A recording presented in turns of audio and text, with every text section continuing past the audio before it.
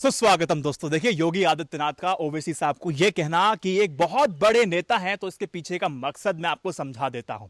दूसरी बात, ओवैसी साहब का यूपी में आना बीजेपी को डेफिनेटली फायदा करने जा रहा है। कई सारे एक्सपर्ट्स ये कहते हैं कि जो ओवैसी साहब है वो बीजेपी की बी टीम है। बी टीम के नाते बीजेपी क्या इस यूपी चुनाव को जीतने जा रही है, क्योंकि ओवैसी साहब ने साफ तौर पे कहा है कि वो अब दमदारी के साथ 100 सीटों पर लड़ने जा रही है। और यूपी का आंकड़ा मैं आपको बताऊं तो पूरे यूपी में 19% मुस्लिम आबादी है और 100 से ज्यादा सीटों पर वो इतनी तादाद में है कि वो चुनाव का परिणाम भी बदल सकते हैं। कई सारे एक्सपर्ट्स ये भी कहते हैं कि जो मुसलमान है वो मुस्लिम को ही वोट देता है, लेकिन कई सारे एक्सपर्ट्स इस पे मानते नहीं। एक्सपर्ट्स, कुछ पॉलिटिकल पंडित ये कहते हैं कि मुसलमान उसको वोट देता है जिसको जो बीजेपी को हरा सकता है। अभी बात कितनी सही है कितनी गलत है कमेंट सेक्शन में मुझे बताइएगा, लेकिन स्ट्रेटेजी जो योगी आदित्यनाथ की है, जो बीजेपी सरकार की, वो मैं आपको बताऊंगा। पहली बात मैं आपको बताऊं, लोकसभा और विधानसभा का चुनाव बहुत बड़ा अंतर होता है। 2022 में यूपी का चुनाव है, योगी आदित्यनाथ मुख्य चेहरा होंगे जिस पर बीजेपी इस बार अपना चुनाव लड़ने जा रही है। विपक्ष में अगर देखा जाए तो दमखम के साथ सपा पार्टी को प्रमोट किया जा रहा है और सपा पार्टी में अखिलेश यादव एक विपक्ष का चेहरा होने जा रहे हैं। और वहीं बसपा को अगर देखा जाए तो स्वघोषित सुश्री मायावती जी दावेदार होंगी। और वहीं पर सुनने में आया है कि कांग्रेस भी जो वहां अध्यक्ष लोग हैं उन्होंने कहा कि वो प्रियंका गांधी के नेतृत्व में यूपी का चुनाव लड़ने जा रहे हैं। लेकिन दोस्तों यहां पर यह है कि लोकसभा में और विधानसभा में हमने कई बार देखा है कि लोकसभा में जब टीना फैक्टर काम करता है मोदी सरकार के लिए, मोदी जी के लिए, इसलिए उनको बहुत मुश्किल नहीं होती है जीतने के लिए। टीना फैक्टर यानी कि देयर इज नो अल्टरनेटिव, तो ऐसा विधानसभा में नहीं है। योगी आदित्यनाथ का प्रमुख विपक्ष के रूप में प्रमोट किया जा रहा है किसको? अखिलेश यादव को। अखिलेश यादव के पास दो वोट बैंक, एक मुसलमानों का और एक यादव का।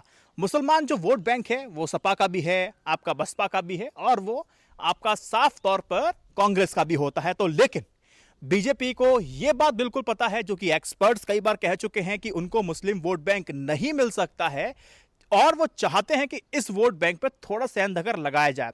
देखिए, आप सभी को याद होगा कि अभी ओवैसी साहब ने एक स्टेटमेंट दिया था और उस स्टेटमेंट के बिहाफ पर योगी आदित्यनाथ ओवैसी साहब को एक बड़ा नेता बताते हैं। देखिए, मैं आपको बताता हूं, तो ओवैसी साहब जो थे उन्होंने कहा कि वो यूपी में भाजपा की सरकार नहीं आने देंगे, योगी आदित्यनाथ अगले मुख्यमंत्री नहीं होंगे। तो आपको ना एक सिंपल सा योगी आदित्यनाथ का वो भाषण बताता हूं, देखना कैसे एक एक शब्द के साथ खेला गया है। योगी आदित्यनाथ कहते हैं कि अगर ओवैसी साहब कह रहे हैं कि वो भाजपा की सरकार नहीं बनने देंगे, तो योगी जी ने कहा कि ओवैसी जी एक देश के बहुत बड़े नेता हैं और देश के अंदर प्रचार में जाते हैं, उनका अपना एक जनाधार है। अगर उन्होंने भारतीय जनता पार्टी को चैलेंज किया तो भारतीय जनता पार्टी का कार्यकर्ता उनका चैलेंज स्वीकार करता है। भारतीय जनता पार्टी की सरकार बनेगी, इसमें कोई संदेह नहीं है। अगर एक एक शब्द को फिर से रिवाइंड करके अगर आप सुनेंगे तो हर एक शब्द में जोश भर देने वाला, कार्यकर्ताओं में हर एक वो बात है। एक्सपर्ट्स कई बार यह कह चुके हैं कि बीजेपी को साफ तौर पे पता है कि मुस्लिम वोट बैंक उनकी तरफ शिफ्ट नहीं होने वाला है। किसकी तरफ शिफ्ट होगा? वो सपा की तरफ जाएगा। बीजेपी को साफ तौर पे पता है कि अगर ये एक मुश्त वोट अगर किसी एक पार्टी को बन जाएगा तो सरकार बहुत मुश्किल हो जाएगी उनको अपनी बनानी। इस विधानसभा में कई सारे उनके विधायक हार जाएंगे, तो माइनॉरिटीज में पहुंच जाएंगे, तो समस्या यह है कि सत्ता उनके हाथ नहीं लगेगी। तो यहां पर इसीलिए योगी आदित्यनाथ ने एक मास्टर स्ट्रोक खेला है, एक बहुत बड़ा स्ट्रोक खेला है और कहा है कि ओवैसी साहब एक बहुत बड़े नेता हैं। कब वाकई इतने बड़े नेता हैं वो मैं आगे बताऊंगा, लेकिन ऐसा कहने के बाद उन्होंने क्या किया, अपने वोटर्स को एक साफ तौर पे चेतावनी दे दी है और अपने कार्यकर्ताओं को साफ तौर पे कह दिया है कि आप बिल्कुल तैयार हो जाइए इनसे लड़ने के लिए। हिंदू मुस्लिम बिल्कुल बनने को प्लेटफॉर्म तैयार है, अब आप खेलना आप सभी को है। तो वो सारी स्ट्रेटजीज है। दूसरी बात, जब सपा बसपा कांग्रेस में अगर मुस्लिम वोट बैंक का अगर विभाजन हो जाता है, यानी कि मुस्लिम वोट बैंक के अंदर वो द्वंद्वता आ जाती है कि यार हो सकता है कि ये पार्टी जीतेगी हम उसको वोट देंगे, ये पार्टी हारेगी हम इसको वोट नहीं देंगे। अगर इसी भ्रम के चलते अगर ओवैसी साहब को इन्होंने कहा कि एक बहुत बड़ा नेता है तो कई सारे जो मुस्लिम वोटर होंगे तो कई सारे वोट किसको जाएंगे? ओवैसी साहब को जाएंगे। बहुत सारा जो फायदा होने जा रहा है वो बीजेपी को फायदा होगा। ये एक स्ट्रेटजी है एक बड़ा नेता बताने के पीछे की, लेकिन हकीकत, आंकड़ा, डाटा सब कुछ इसके फेवर में नहीं होता है। अब देखिए, मैं आपको डाटा दिखाता हूं, बिल्कुल साफ तौर पे देखिएगा कि ओवैसी साहब की जो पार्टी है ना, वो तेलंगाना की पार्टी है, वहां पर अच्छा खासा इसका प्रभाव भी है।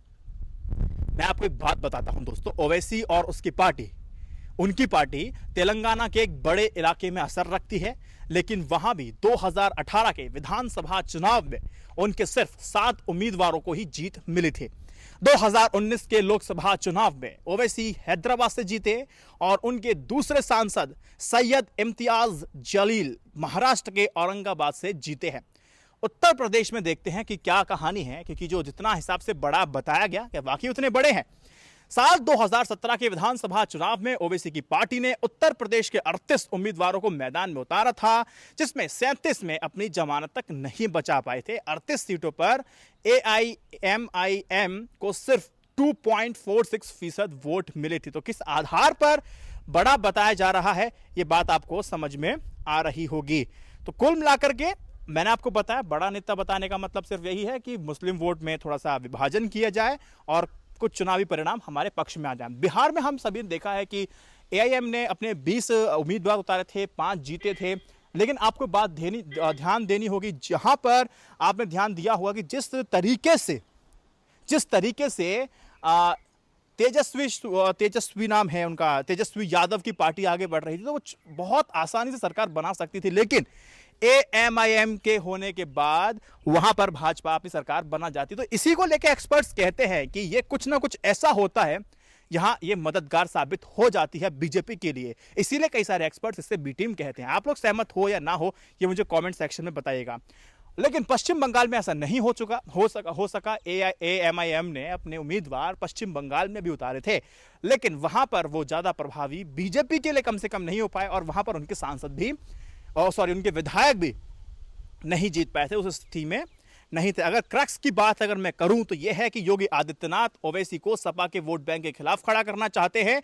ओवैसी के उम्मीदवार उत्तर प्रदेश में जहां भी चुनाव लड़ेंगे वहां बीजेपी को फायदा होगा। और अगर ओवैसी साहब दमदारी के साथ लड़ते हैं और मुस्लिम इलाके पर पूरे बहुत दमदारी के साथ आगे बढ़ते हैं तो साफ तौर पे फायदा बीजेपी को होने वाला है और इसमें फायदा ओवैसी साहब का भी होगा। बीजेपी की आप कह सकते हैं सोची समझी रणनीति के तौर पर भी कह सकते हैं कि मुसलमानों का एक सेक्शन कम से कम मुड़ जाए ताकि उनकी जो सीटें हैं वो लगातार बढ़ जाए। दूसरा सवाल, अगर यह स्ट्रेटेजी है बीजेपी इस तरह से तो जीत जाएगी, लेकिन क्या इसकी कोई काट नहीं है? बिल्कुल है काट, साफ बिल्कुल है काट। इसको भी एक्सपर्ट्स बताते हैं कि चलो ठीक है, मान लिया कि ओवैसी साहब एक बहुत बड़े नेता हैं, लेकिन अगर जनता के मन में अगर यह संशय आ जाता है कि ये बीजेपी के लिए लड़ रहे हैं और सपा का और बीजेपी के विपक्षियों पार्टियों का खेल बिगाड़ने के लिए ओवैसी साहब आए हैं, तो ये साहब अपनी सीटें भी नहीं जीत पाएंगे। कई सारी खेल जीरो पर आ जाएगा। अगर इस तरह का आप देखेंगे अगर माहौल बनता है राज्य के अंदर, तो यह स्थिति बनेगी तो नुकसान यहां पर ओवैसी साहब का होगा। तो इसीलिए राजनीति में एक एक शब्द बहुत मायने रखता है। इसीलिए मैंने आपको बताया कि क्या क्या स्ट्रैटेजीज अपनाई जाती हैं। तो यानी कि सिंपल सा पॉइंट ये है, बड़ा नेता का कहने का मतलब ये है कि भैया हम इनको देने जा रहे हैं, मतलब मुस्लिम वोट बैंक में हमें डिवीजन कराना है, एक सेक्शन झड़ के दूसरी पार्टी तरफ जाए और सत्ता अपनी ये आराम से बना जाए। दोस्तों मुझे लगता है, उम्मीद है वीडियो पसंद आया होगा। इस वीडियो को शेयर जरूर कीजिएगा। जय Hind, Vande Mataram, stay updated, stay educated, सत्यमेव जयते। नमस्कार।